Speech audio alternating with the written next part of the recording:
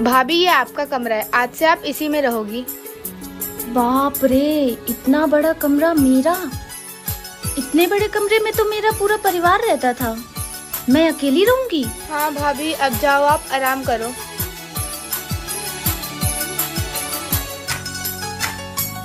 अरे तुम सो रही हो क्या?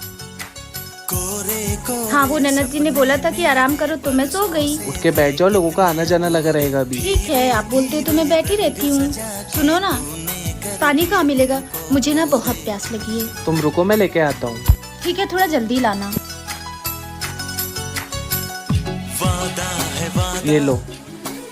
चाहेंगे तुमको जीवन से ज्यादा। अब जाके तनिक थोड़ा कलेजों को ठंडक मिली है, शुक्रिया।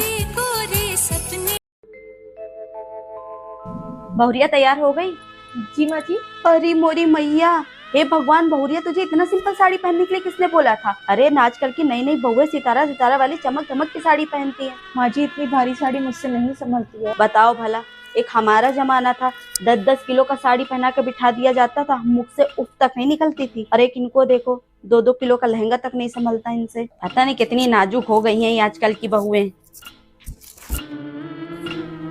माँ जी, ये ज्वेलरी भी बहुत हैवी लग रही है, मैं इसे चेंज करके दूसरा कुछ पहन लूं क्या?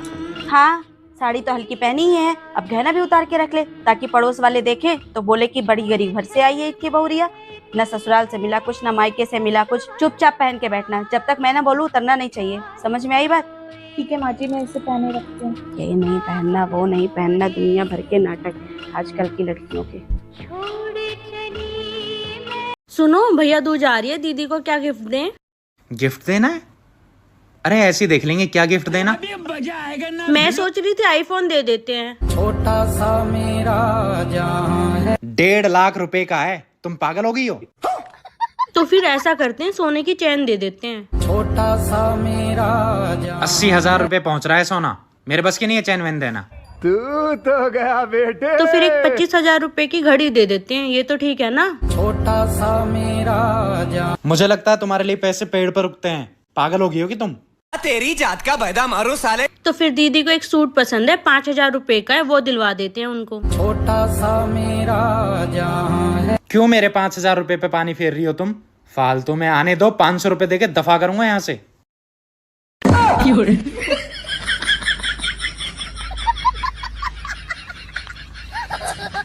बहू का 9वां महीना लग गया है, डिलीवरी किसी भी टाइम हो सकती है। एक काम करती हूँ, बेटे से बोल के उसको उसके मायके भिजवा देती हूँ, सारा डिलीवरी का पैसा हमारा बच जाएगा। अरे बेटा, इधर आना जरा। जी माँ जी। आ बैठ। बेटा, बहू का 9वां महीना लग गया है, मैं तो कहती हूँ तू उसको उसके मायके छोड़ा, नहीं तो डिलीवरी का सारा खर्चा हमें को उठाना पड़ेगा। ठीक है माँ, जैसा आप कहो।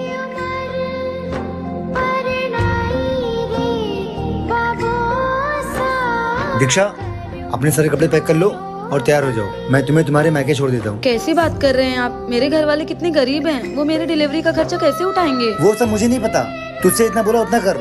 औलाद आप लोगों को चाहिए, वंश आप लोगों को आगे बढ़ाना है, और अगर लड़का हो गया तो आपके घर का नाम रोशन करेगा। फिर खर्चा मेरे मायके वाले क्यों उठाए भला? मुझे तो ये नहीं समझ आता कि आप लोग पैसों की वजह से और कितनी हद तक गिरेंगे।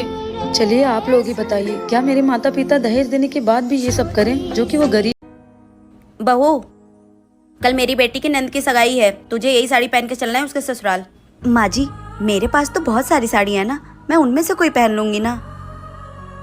पर माँ जी, ये साड़ी बहुत भारी है, ये मैं नहीं संभाल पाऊंगी। मैं एक काम करती हूँ, मेरे पास जो साड़ी है मैं वही पहन लेती हूँ, इसे आप रख लीजिए। हाँ, मुझे पता है कि तेरे पास 200 रुपए वाली बहुत सारी साड़ियाँ हैं, लेकिन तू वो सब नहीं पहन कर जाएगी। जितना बोल रही हूँ उतना सुन, यही साड़ी पहन कर जाएगी हमारे साथ। बहू, तू क्या चाहती है?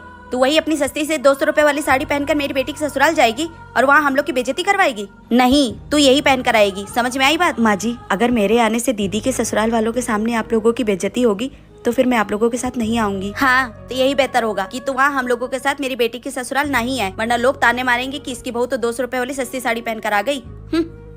माँ जी, मैं गरीब भले हूँ, पर उसका ये मतलब तो नहीं है कि आप लोग हमेशा मेरी बेइज्जती करते रहे।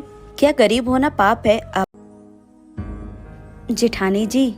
हाँ देवरानी जी। जेठानी जी, वो मैं आपसे ये पूछने आई थी कि इनके फोन में बार बार किसी का कॉल आ रहा है, किसी का मैसेज आ रहा है, तो क्या आप मुझे पढ़कर बता देंगे इसमें क्या लिखा है? आपके देवर जी नहाने गए हैं। पर क्यों देवरानी जी, तुम्हें मैसेज पढ़ना नहीं आता है? नहीं जेठानी जी, मुझे अंग्रेजी पढ़ना नहीं आता है। कोई बात नहीं, मैं तुम्हें पढ़कर सुना देती हूँ। ठीक है जेठानी जी। अरे देवर जी तो देवरानी जी को धोखा दे रहे हैं। अगर ये बात देवरानी जी को पता चली तो उन्हें बहुत बुरा लगेगा। क्या हुआ जेठानी जी, बताइए ना क्या लिखा है इसमें। कुछ नहीं देवरानी जी, वो देवर जी के ऑफिस से कुछ इम्पोर्टेंट मैसेज था, बस और कुछ नहीं। अच्छा जेठानी जी, मुझे थोड़ा सा काम है, मैं जाती हूँ।